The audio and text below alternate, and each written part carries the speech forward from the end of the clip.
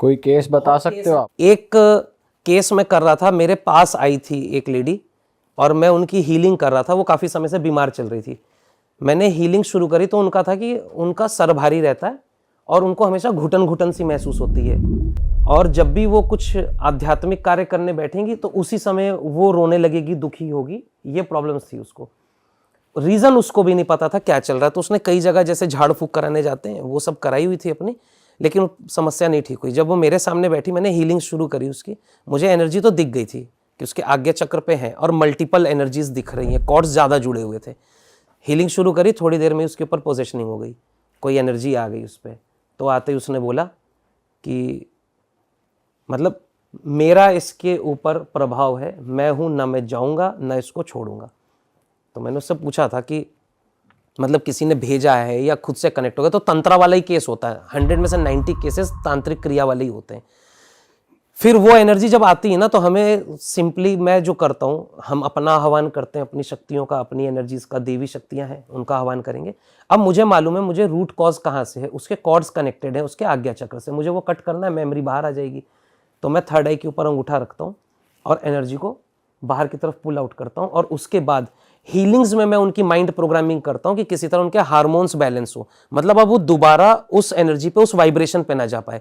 होता क्या है, एनर्जी की अपनी एक वाइब्रेशन है और आपका आज्ञा चक्र वीक हो गया और उस वाइब्रेशन पे अगर वो मैच हुआ तो वो कनेक्ट हो जाएगी आपसे। अब अगर आपकी वाइब्रेशन को हम बढ़ा दें, जैसे आप आध्यात्मिक बन जाओ, आप पूजा पाठ शुरू करो, आपकी वाइब्रेशन अगर ऊपर को हो गई तो अब आप देवी शक्तियों से कनेक्ट करोगे, ब्लेसिंग्स लोगे। तो ये नेगेटिव वाली चीज़ें कनेक्ट नहीं होती। तो नेगेटिव को निकाल के उसको हम शिफ्ट करते हैं यूनिवर्स में, फिर उसके बाद उनकी हीलिंग करके उनकी एनर्जीज को बैलेंस करते हैं। और कई बार तो ये अटैक भी करते हैं, मतलब हमें धमकी देते हैं कि तू मेरी शक्ति नहीं जानता। अपने नाम बताते हैं, मैं जिन हूँ, मैं पिशाचनी हूँ, मैं ये हूँ, अलग अलग नाम बताते हैं। नाम क्या है? वो कैटेगरी है, जिसके पास जितनी ऊर्जा और शक्ति है, उसका ऑरा जितना बड़ा है, वो उस वाले लेवल पर रहेगा। तो तंत्र में उनके नाम होते हैं। पर जैसे आपके पास कोई आता है जिसका नेगेटिव ऑरा है, तो आपको प्रॉपर दिखता है कि जैसे कलर्स होते हैं अलग अलग ऑरा के, कि अभी इसका ये कलर है, तो क्या अलग कलर होता है नेगेटिव ऑरा का? नेगेटिव वाले व्यक्ति के ऊपर ग्रे और ब्लैक शेड्स आएंगे। ग्रे ब्लैक शेड जैसे मुझे दिखेगा ना, तो मैं समझ जाता हूँ ऑरा बहुत काफ़ी डाउन हो चुका है और वाइब्रेशन सब उनकी अच्छी नहीं है, मतलब उनके अपने 7 चक्रा के भी वाइब्रेशंस बहुत बढ़िया नहीं है। तो ग्रे और ब्लैकिश ऑरा हमें दिख रहा होता है, वहाँ पे वो नज़र टोक और इन चीज़ों की वजह से भी ग्रे ब्लैक होता है। अब मुझे उसमें रूट कॉज में पहुँचना है कि ये क्यों दिख रहा था मुझे ऑरा। तो वहाँ पे अगर उसके साथ कोई नेगेटिव एनर्जी है, ब्लैक मैजिक है, वो दिखेगा।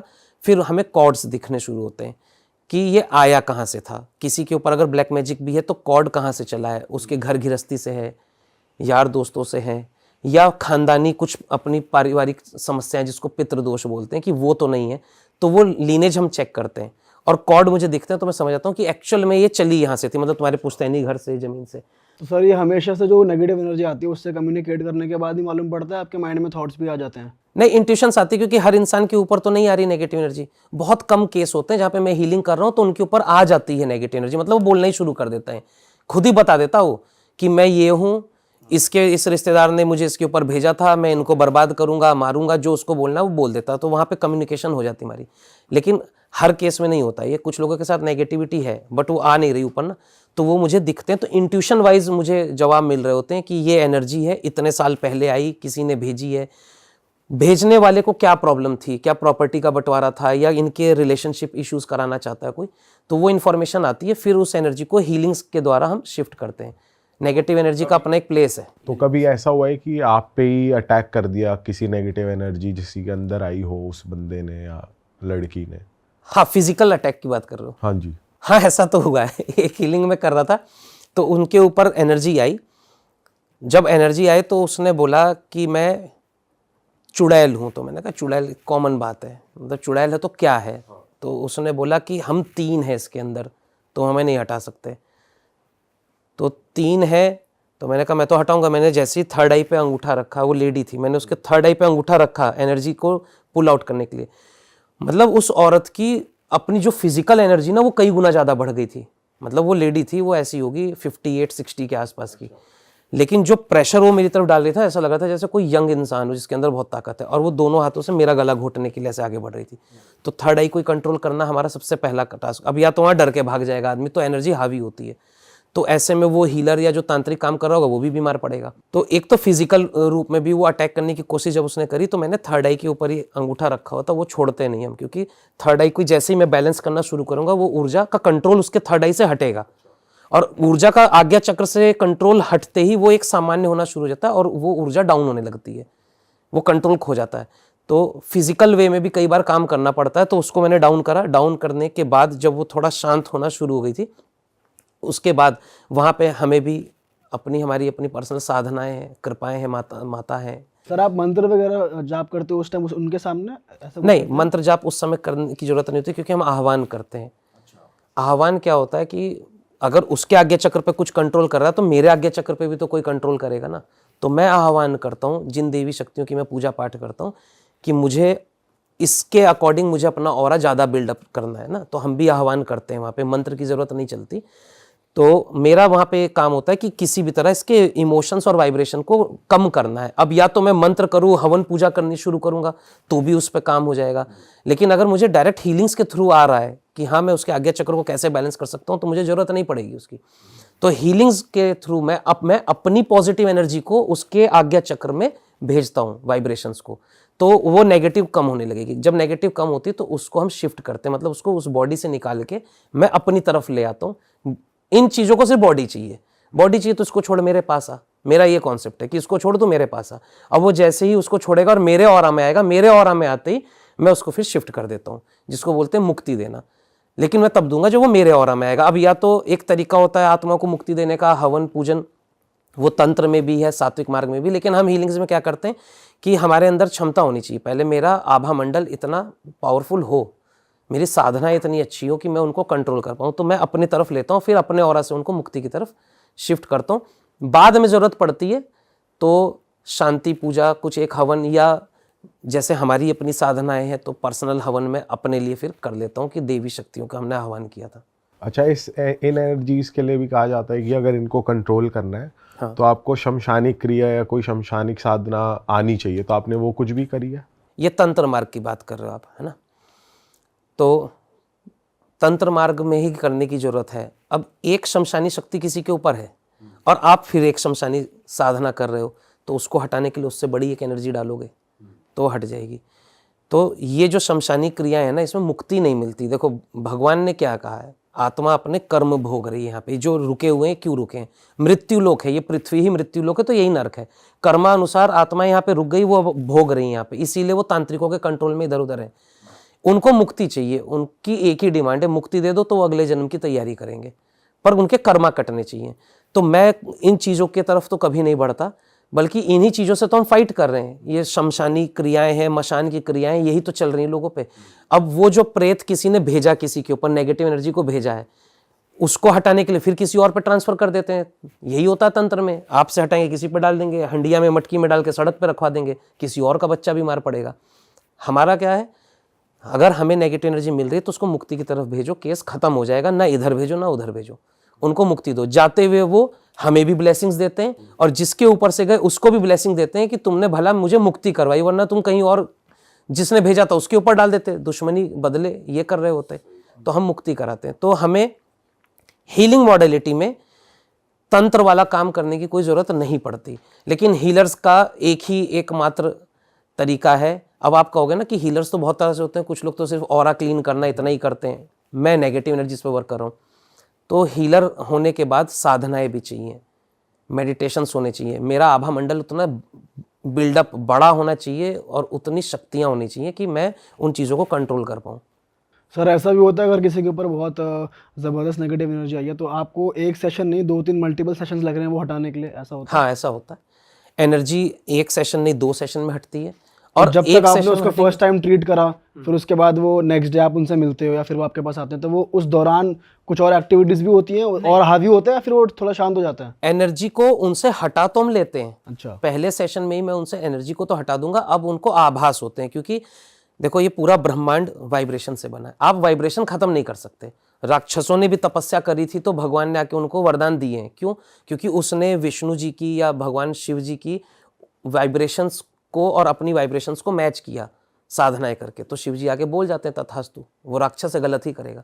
तो वाइब्रेशन नहीं खत्म हो रही। अब जब मैं नेगेटिव एनर्जी किसी से हटाता भी हूँ, वो कहीं पर भी है इस यूनिवर्स में, वो वाइब्रेशन है और जिस इंसान पे थी उसके आज्ञा चक्र की वाइब्रेशन उससे मैच हो रही है, तो उसको वो फीलिंग्स रहती हैं।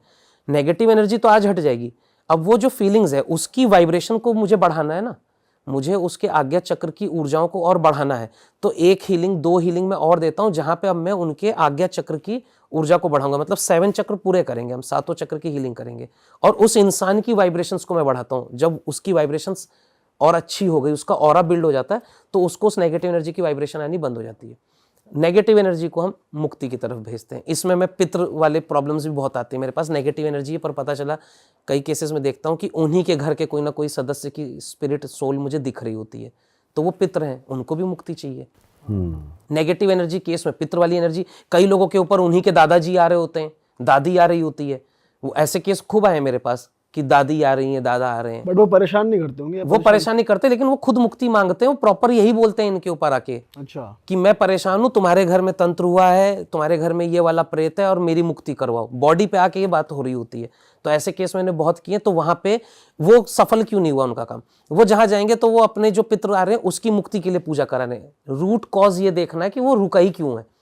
तो हमें रूट कॉज दिख रहा था, कॉर्ड्स दिखते हैं मुझे। अगर उनका पितृ उनके ऊपर आ रहा था तो पितृ के पीछे वो एनर्जी भी दिखती है मुझे, जिसकी वजह से उनकी मृत्यु हुई और वो रुके हुए हैं। और फिर किसने ये काम किया, वहां तक कॉर्ड आएगा। तो मैं क्या करता हूँ, पहले पितृ की और उस नेगेटिव एनर्जी के कॉर्ड्स, उनके कनेक्शन को कट करते हैं। फिर वो जो नेगेटिव एनर्जी थी उसको क्या प्रोग्राम किया गया, मतलब क्या उसको हवन पूजा करके भोग देकर कसमें क्या दी गई हैं, तो उसकी मेमोरी को हम खत्म करेंगे। मतलब वाइब्रेशंस देके उसकी वाइब्रेशन को मैं शांत करता हूँ। उसके बाद कॉर्ड काटेंगे। वो नेगेटिव एनर्जी और वो जो उनके घर के पितृ हैं, दोनों को एक साथ फिर मुक्ति की तरफ शिफ्ट करता हूं मैं। तब जाके केस कंप्लीट होता है। अब ऐसे पितृ आ रहे हैं, पितृ को हटवाने के लिए लोग घूम रहे हैं, फिर कहते हैं जी 10 साल हो गए, 15 साल हो गए, दादी आ रही है, दादा आ रहे, जा ही नहीं रहे, क्योंकि आप सिर्फ पितृ की पूजा करा रहे थे। पितृ रुके क्यों थे, वो तो केस देखा ही नहीं। कुछ को सपने में आते हैं। सपने वाला केस, एक केस तो मुझे अच्छे से याद है। सामने मेरे क्लाइंट बैठा हुआ था और वो हम ऑनलाइन ही काम कर रहे थे। एनी टाइम एस्ट्रो ऐप पे वो मेरे पास कनेक्ट हो गया। तो वीडियो कॉल पे हम थे। मैंने उनको देखते ही बोला कि तुम्हारा बेटा नहीं रहा? बोला नहीं जी। मैं कहा सुसाइड किया था उसने? कह रहा हाँ सुसाइड किया था। तो उसने मेरे से पूछा आपको कैसे पता? मैं कहा तेरे सिर के पीछे खड़ा दिख रहा है मुझे। अरे दिख रहा था आपको? हाँ, वो सोल दिखती है, क्योंकि वो पितृ है ना, उन्हीं का बेटा था ना, तो वो दिख रहा मुझे, उनके साथ ही खड़ा है। तो मैंने कहा वो दिख रहा है क्लियर।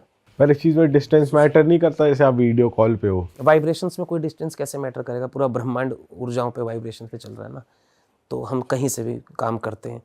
मैं यहाँ बैठा हूँ, सबसे ज़्यादा केसेस मेरे कनाडा और ऑस्ट्रेलिया की होते हैं। घर का वास्तु तक बैलेंस करता हूँ मैं, अच्छा, एनर्जी वाइज, वीडियो कॉल के थ्रू। तो मैंने उनको बोला कि इसने सुसाइड करा था? तो बोले हाँ। तो अब उन्होंने बताया कि मैं आपके पास आया ही इसीलिए हूँ कि मेरे बेटे ने सुसाइड करा था, वो डिप्रेशन में चला गया था, 22-23 साल की उम्र थी उसकी, लेकिन मुझे रेगुलर सपने में दिख रहा है। वो उन्होंने बताया कि मैंने इसका पिंडदान भी करा लिया, पितृ शांति पूजा भी हम करा चुके, गया भी गए थे, सब करा लिया, लेकिन ये सपने में दिखना बंद नहीं हो रहा। तो वहाँ पे क्या रीज़न था, उसके सुसाइड करने के पीछे का रीज़न मुझे देखना है ना। तो वो सोल जो दिख रही है ना, मुझे बेटा दिख रहा है, उसके पीछे फिर एक नेगेटिव एनर्जी थी, पूरा एक काला साया ऐसा मुझे खड़ा हुआ दिख रहा था। पिताजी बैठे, पिताजी के पीछे उनके बेटे की स्पिरिट दिख रही है और उसके पीछे काला साया है बहुत बड़ा। अब तंत्र की दुनिया में उसके कुछ भी नाम हो सकते हैं, कोई तांत्रिक देखेगा तो बता देगा फलाने वाला है। तो क्या सामान्य आदमी डर जाता है नाम सुन के कि अच्छा ये कैसे। तो मुझे काला साया दिखा था। तो मैं कहा रूट कॉज को क्लियर करने का तरीका यही है, लड़के को मुक्ति तब मिलेगी पहले वो साया हटाना होगा हमें, जो खुद इस मृत्यु लोक में फंसा हुआ है। ना उसको मुक्ति मिलेगी ना तुम्हारे बेटे को मिलेगी, तो दोनों को साथ में मुक्ति देंगे। तंत्रा कट करा, उस नेगेटिव एनर्जी को शिफ्ट करा, बेटे की सोल उसको भी मुक्ति दी। उसके बाद सपने में आना बंद। देखो एक चीज मैं क्लियर बोलता हूँ, आपको सपने में अगर पूर्वज दिख रहे हैं, मतलब कि वो यहाँ भटक रहे हैं, उनको मुक्ति चाहिए। जब मैं मुक्ति की हीलिंग कर देता हूँ, सपने आने बंद हो जाते हैं। यही एक साइन है। मतलब ऊर्जा दिख नहीं रही ना, दिख नहीं रहे तो कैसे प्रूफ होगा कि वो हटा या नहीं हटा? तो मैं तो यही कहता हूँ कि अगर आपको सपने में दिख रहे हैं तो हम जब हीलिंग्स कर देंगे सपना आना बंद हो जाएगा, दिखेंगे नहीं आपको, क्योंकि वो है नहीं, वो चले गए। तो वहां पे हमें अब उनके आज्ञा चक्र की ऊर्जाओं को बढ़ाना है, इसलिए हीलिंग मॉडलिटी यहाँ पे काम करती है। तंत्रा पे मैं इसीलिए वर्क नहीं करता क्योंकि तंत्र से आपने प्रेत तो हटा दिया, लेकिन उस आदमी के अपने ऑरा भी डाउन है, उसका आज्ञा चक्र डाउन है, वो एक हटेगा दूसरा कैच करेगा। आज्ञा चक्र अगर कमजोर होता है ना, जिसके ऊपर एक स्पिरिट था तो उसके ऊपर दूसरा भी आएगा, तीसरा भी आएगा, हटवाते रहना, लाइफ में आते रहेंगे। तो रूट कॉज हील अगर करना है तो उनके आज्ञा चक्र को हीलिंग देके और स्ट्रॉन्ग करना है, इसकी वाइब्रेशंस को हम बढ़ा देते हैं। आज्ञा चक्र स्ट्रांग हो गया, दूसरी नेगेटिव एनर्जी नहीं आएगी, तो इसके लिए मल्टीपल हीलिंग चलेगी। नेगेटिव एनर्जी हटा दी एक बार, पर उनको मल्टीपल हीलिंग देते हैं। फिर मैं उनको मेडिटेशन सिखाता हूँ, मेडिटेशन की टेक्निक सिखाता हूँ। उनको हम कुछ मंत्र भी देते हैं कि ये मंत्र कर लेना तो तुम्हारा ऑरा बैलेंस रहेगा, थोड़ा कॉन्फिडेंस बढ़ता है ना, क्योंकि मंत्र जाप से आभा मंडल बढ़ता है हमारा, तो इंसान के अंदर एक कॉन्फिडेंस बन जाता है, एक बिलीफ सिस्टम आ जाता है कि हाँ मैं भगवान का ये मंत्र कर रहा हूँ तो इससे मुझे ऊर्जाएं मिलेंगी। सर आप वास्तु हीलिंग भी करते हैं, प्रॉपर्टी की हीलिंग करते हैं, तो सर जैसे 1-on-1 एक पर्सन की एनर्जी बैलेंस करनी है, उतना तो चलो समझ में आता है कि एक इंसान कर सकता है, पॉजिटिव एनर्जी से दूसरे इंसान को पॉजिटिव एनर्जी दे सकते हैं। लेकिन आप जो प्रॉपर्टी की हीलिंग करते हो वो तो बहुत बड़ा एरिया होता है, प्लस वो एनर्जी वहाँ रहेगी कि नहीं रहेगी, कितने टाइम रहेगी, क्योंकि एनर्जी ट्रैवल भी करती रहती है। तो वास्तु हीलिंग कैसे वर्क करती है? वास्तु में हीलिंग्स का मतलब है एनर्जीज को बैलेंस करना। वास्तु में दिशाएं हैं, लेकिन जितनी भी हमारे डायरेक्शंस हैं ये क्या है कर रहे हैं, वहाँ पे एनर्जी तो बन रही है ना। वास्तु का मतलब ही एनर्जी है एक्चुअली। तो सबसे पहले तो ब्रह्म स्थान है घर का सेंटर, ब्रह्म स्थान से ही ऊर्जा संचालित होती है। ब्रह्म स्थान से ही हमें पता चलता है कि वो लैंड एनर्जी है कैसी। पुराने समय में भी जो हमारे गुरु हुआ करते थे, ऋषि हैं, वो ज़मीन पे पैर रख के या मिट्टी आ गई उससे ही बता देते थे यहाँ की ऊर्जा कैसी, हमें कुछ बनाना चाहिए नहीं बनाना चाहिए। तो वास्तु जो आज हो रहा है एक्चुअल में ये वास्तु आर्किटेक्ट है, पढ़ाई करी हमने, हमें मालूम है ये डायरेक्शन में हमें ऐसे ऐसे चीज़ें बनानी है, तो वो अपना आर्किटेक्ट का काम कर रहे हैं। लेकिन वास्तु जो पौराणिक समय से चला आ रहा है वो हकीकत में एनर्जी ही है, वो एनर्जीज पे ही वर्क हो रहा है। वो हमें मालूम होता है इस दिशा में या इस ज़मीन पे ऐसी ऊर्जाएं बन रही हैं।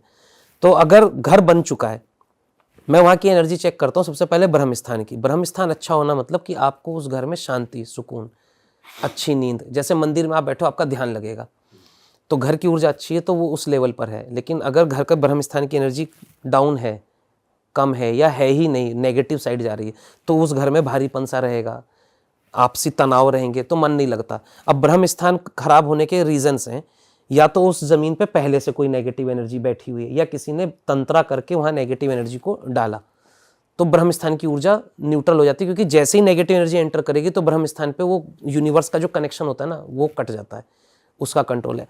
अब 45 देवता हैं, मतलब एनर्जी फील्ड, 45 एनर्जी फील्ड है वास्तु में। इनको हम देवता इसलिए बोलते हैं क्योंकि एनर्जी फील्ड है, तो हमें मालूम है उसकी एनर्जी को हमें कैसे इंक्रीज करना है वाइब्रेशंस को, और वो लो हो रही तो क्यों हो रही। तो जब कोई भी एनर्जी जिस भी डायरेक्शन में जाके अपनी प्लेसमेंट लेगी वहाँ की एनर्जी खत्म हो जाएगी।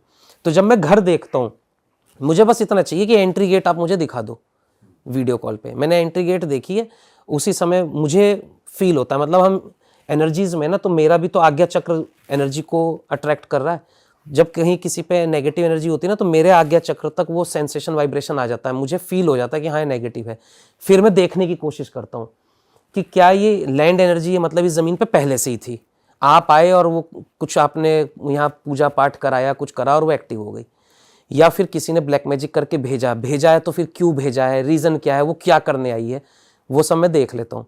इसके बाद हम घर की हीलिंग करते हैं, क्योंकि घर से आपने नेगेटिव एनर्जी निकाल दी, लेकिन वो वहाँ का ऑरा तो बिगाड़ के गई ना, ब्रह्म स्थान की ऊर्जा को खराब कर गई। 45 देवता जो हैं हमारे, उनकी एनर्जीज अप एंड डाउन है, ठीक है, वाइब्रेशंस गड़बड़ हो गई। तो यहाँ पे वास्तु की एनर्जी की हीलिंग का मतलब यही है कि 45 एनर्जी फील्ड हैं, वो जिस जिस वाइब्रेशंस पे होने चाहिए, मैं अपनी एनर्जीज को देकर उसको बैलेंस करता हूँ वहाँ पे। अब उस हीलिंग के दौरान जितनी भी वहाँ पे अलग अलग तरफ, अलग अलग डायरेक्शन में कोई नेगेटिव एनर्जी है या वाइब्रेशंस लो है, तंत्र वाइज हो, तो वो मुझे मिलती जाती है, मैं क्लीन करता हूँ। मतलब मुझे चाहिए कि आप वीडियो कॉल पे घर का हर एक कॉर्नर, हर एक वॉल मुझे दिखाते चलो, मैं एनर्जी प्लेस करता चलूँगा, जहाँ पे नेगेटिव होगा मैं वहीं पे रुक जाता हूँ।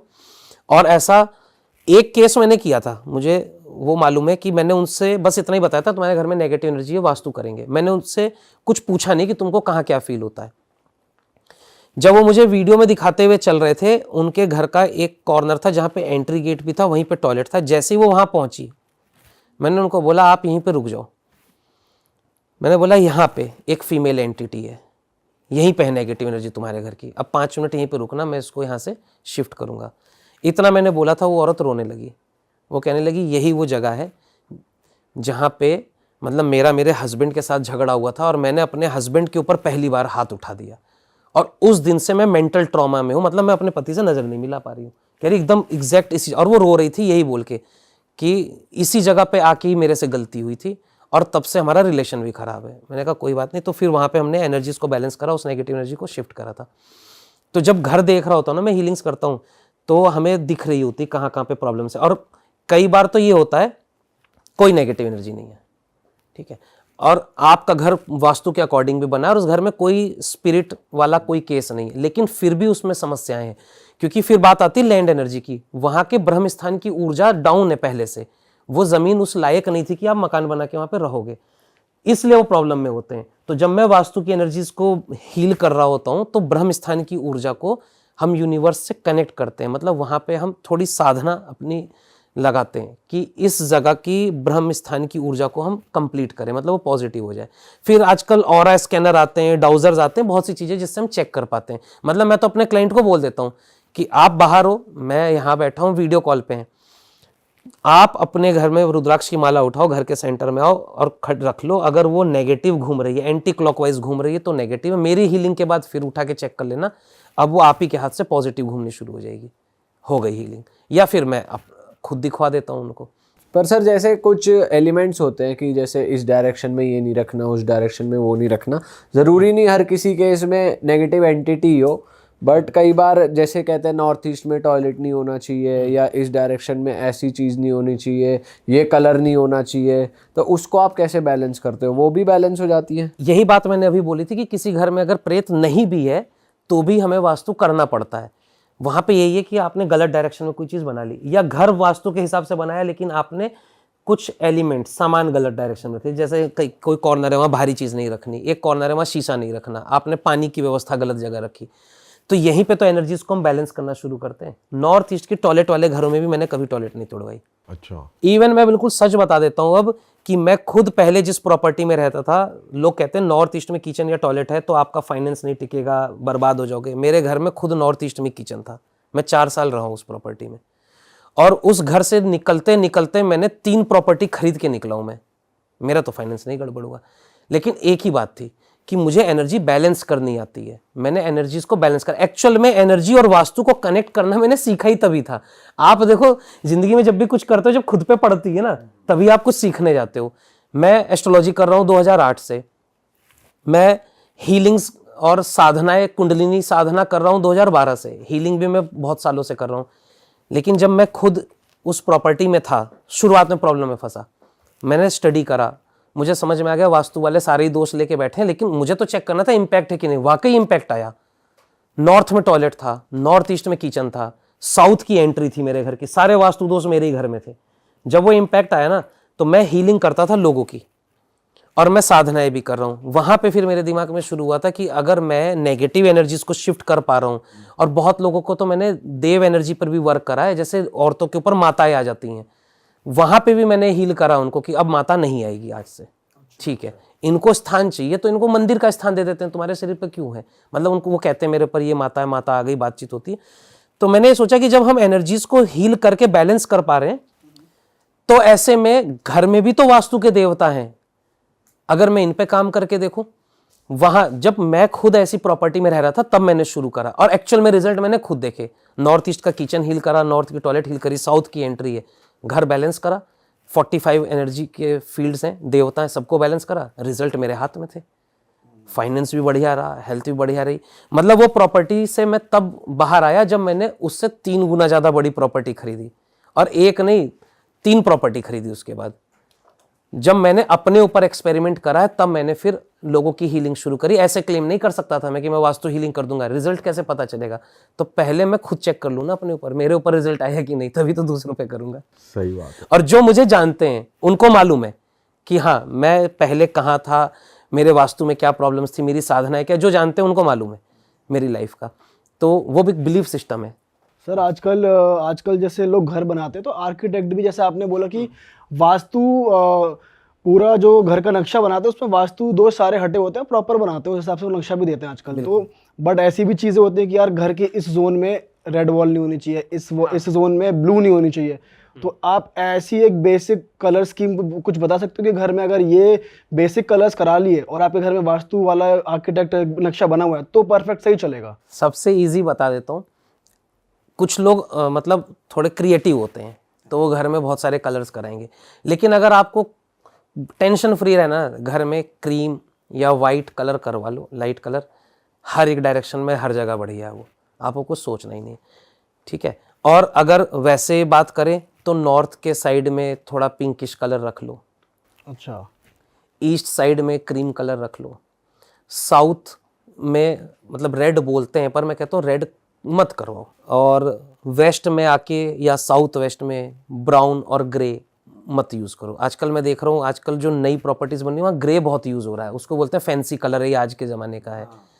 अब किसी ने कर भी रखा है अगर, तो कलर्स में भी तो ऊर्जाएं हैं। मुझे लोगों का ऑरा देख के कलर ही तो दिख रहे थे, मतलब हमारे 7 चक्र, हर एक चक्र का अपना कलर है, तो वाइब्रेशन रिफ्लेक्ट होती है, तभी मुझे सिर के ऊपर कलर्स दिखते हैं, वाइब्रेशन। तो घर में, प्रॉपर्टी में, आपकी गाड़ी पे भी जो कलर है उसकी अपनी वाइब्रेशन है, नंबर्स की वाइब्रेशन है, कलर्स की वाइब्रेशन है, मंत्रों की वाइब्रेशन है, हर चीज़ वाइब्रेशन है। तो अगर आपने घर में कलर्स कराए, वास्तु से घर बनाया, उसके बाद आपने अलग अलग जगह पे अपना फर्नीचर सेट किया है, तो हर चीज़ हर जगह तो सही नहीं होती। यहाँ पे हम बैलेंस करते हैं वास्तु की एनर्जी को। भले वास्तु के अकॉर्डिंग घर बना था, पर इंटीरियर तो आप अपने अकॉर्डिंग करा रहे हो ना। तो घर में हमेशा जरूरी नहीं कि कोई ब्लैक मैजिक ही करेगा, नेगेटिव एनर्जी भी होगी, लैंड एनर्जी भी अच्छी, लेकिन हम इंटीरियर में भी आके अगर गलतियां कर दें तो मैं एनर्जीज को बैलेंस करता हूँ। एनर्जी बैलेंस होगी, आप कुछ भी करो। बट सर फिर उसके बाद वॉल का कलर कुछ भी रहे, कुछ भी रखो सर, पूरी जिंदगी वो रहेगी एनर्जी, या फिर कुछ टाइम बाद दोबारा करनी पड़ेगी? मैं वास्तु कर रहा हूँ, मैं अपने घर का वास्तु नहीं करता, मुझे जरूरत ही नहीं। एनर्जी बैलेंस से जिसको जो मर्जी, जहाँ पे जो रखना है रखो, जिसको जो बनाना है बनाओ, मैं टेंशन ही नहीं लेता। क्यों नहीं लेता हूँ? क्योंकि एनर्जी बैलेंस कर रखी है। एनर्जी बैलेंस है, वाइब्रेशंस बैलेंस हैं, हर एक चीज़ में वाइब्रेशन ही तो बन रही है। वाइब्रेशन बैलेंस करना आ गया तो काम खत्म है। और ये भी बहुत ईजी है। कोई कहे जी कैसे कर लेंगे, तो मैं सिखाता हूँ, एनर्जी बैलेंस करना सिखाता भी तो हूँ मैं। सीख लो मेरे से, आपको ऊर्जा दे दूंगा, आप खुद ही बैलेंस करते रहो, अपनी भी करो, अपने रिश्तेदारों की भी एनर्जी बैलेंस करो, ठीक है। तो ऐसे बहुत से केसेस हो जाते हैं हमारे पास जहाँ पे मजबूरी हो जाती है कि सामने वाले को मुझे एनर्जीज देनी भी पड़े। ऐसा नहीं कि मैं सिर्फ हीलिंग कर रहा हूँ और ठीक ही कर रहा हूँ। आपको ठीक करा, 6 महीने 1 साल बाद आप फिर दोबारा परेशानी में पड़ जाओ, किसी ने फिर दोबारा कुछ कर दिया तो ऐसा रिलेशंस में होता है। तो एनर्जी देनी पड़े मतलब आप उनको सिद्ध कर? हाँ, उनको मैं एनर्जीज देता हूँ, मतलब उनको हीलर बनवा देते हैं हम, उनको हीलिंग एनर्जीज देता हूँ कि अब वो खुद हीलिंग करें और चीज़ों को ठीक रख सकें, ठीक। तो जो एस्ट्रोलॉजी कर रहे हैं, वास्तु कर रहे हैं, उनको भी ज़रूरी है। और वो कितने टाइम का प्रोसेस होता है? 15 डेज का प्रोसेस है, जहाँ पे हम उनको उनके ऑरा को उस लेवल पर लाना होता है, वाइब्रेशंस को उतना हाई करना है कि 15 दिन के अंदर उनका ऑरा प्रोटेक्टेड हो जाता है, कवच बन जाता है उन पे, और ऑरा उनका बिल्ड भी हो जाता है कि अब वो अगर कुछ भी बैलेंस कर रहे हैं, किसी की हीलिंग कर रहे हैं, तो उन पे इम्पैक्ट ना आए। और सर जैसे आपके पास ज़्यादातर बाहर के ही केसेस आते हैं, इंडिया से बाहर के, कनाडा के हो गए या कहीं और के हो गए, तो आपको सबसे ज़्यादा गलत क्या लगता है वहाँ के घरों में कि वो हमेशा ख़राब ही होता है? वास्तु तो होता ही नहीं है। हाँ, बाहर के घरों में तो हमेशा किचन कहीं और है, टॉयलेट कहीं और है, और साउथ वेस्ट में टॉयलेट खूब मिल जाएगा, ईशान कोण वाले टॉयलेट वाले घर खूब आते हैं मेरे पास। तो बाहर वास्तु को नहीं ध्यान देते। अब उसको आप तोड़ भी नहीं सकते, वो कॉन्ट्रैक्ट वाले उनकी प्रॉपर्टीज़ होती हैं, वो तोड़ फोड़ तो कर ही नहीं सकते। तो वहाँ पे एनर्जी बैलेंस करके ही काम चलता है, उनको रिजल्ट तभी मिलते हैं जब हम एनर्जी को बैलेंस करेंगे। तो उस केस में फिर आप सिखाते ही हो या फिर कुछ आप रखवाते हो चीज़ें? नहीं, मैं रखवाता कुछ नहीं, क्योंकि हमने जब वाइब्रेशन को बैलेंस करा, देखो देवता की एनर्जी को बैलेंस कर दिया अगर, तो वहाँ कुछ रखवाने की जरूरत ही नहीं पड़ी। और रखवाने में भी मतलब मैं अगर ये बोल दूं स्कैम है तो बुरा भी लगेगा लोगों को कि हम सामान बेच रहे थे, तुमने स्कैम बोल रखा है। लेकिन अब हकीकत तो बताता हूँ होता क्या है। जैसे बहुत से लोगों ने, आपने देखा होगा, वो ऑरा स्कैनर चेक कर रहे हैं, मैं प्रैक्टिकली दिखाता भी अपने क्लाइंट्स को। अब एक रॉड आई, उन्होंने बोला यहाँ पे एक कॉपर रॉड रख दो, यहाँ पे ये पिरामिड डाल दो, और फिर ऑरा स्कैनर लिया, ऑरा स्कैनर खुल गया, तो उन्होंने कहा देखो देखो पॉजिटिव हो गया। एक्चुअली वो जगह पॉजिटिव नहीं हुई। अब ये अंगूठी भी है तो इसका भी तो अपना एक एनर्जी है ना, ठीक है। तो जो तुमने पिरामिड या रॉड रखी है उसकी एनर्जी चेक कर रहे हो आप, उसको रख देने से वो जगह नहीं हील हो गई, वो उसकी एनर्जी जो आप चेक कर रहे हो तो उसमें एनर्जी है, तो वो तो बताएगा यहाँ पॉजिटिव है। उसको नीचे रखो और आप थोड़ा ऊपर हो जाओ, या उसको थोड़ा सा 2 फीट इधर साइड में कर दो। अब आपने बोला नॉर्थ हील करेगा, तो नॉर्थ इतना सा तो है नहीं।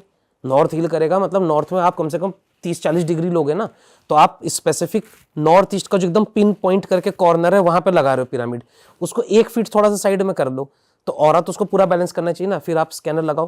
अच्छा, अरे वाह, आपने ये वीडियो यहाँ तक देख ली भाई, तुमने हमारी मेहनत सफल कर दिया, तुम ही लोग हो असली रियल हिट। और अगर आपको बहुत मजा आ रहा है ऐसी क्लिप्स में, ऐसी वीडियोस में, तो फटाफट जाइए प्लेलिस्ट पे बिंज वॉच कीजिए और सारी वीडियोस देख डालो और मौज काटो। दैट इज इट, हम मिलेंगे नए पॉडकास्ट में, नए क्लिप में। Till then bye bye, see you, take care, do subscribe.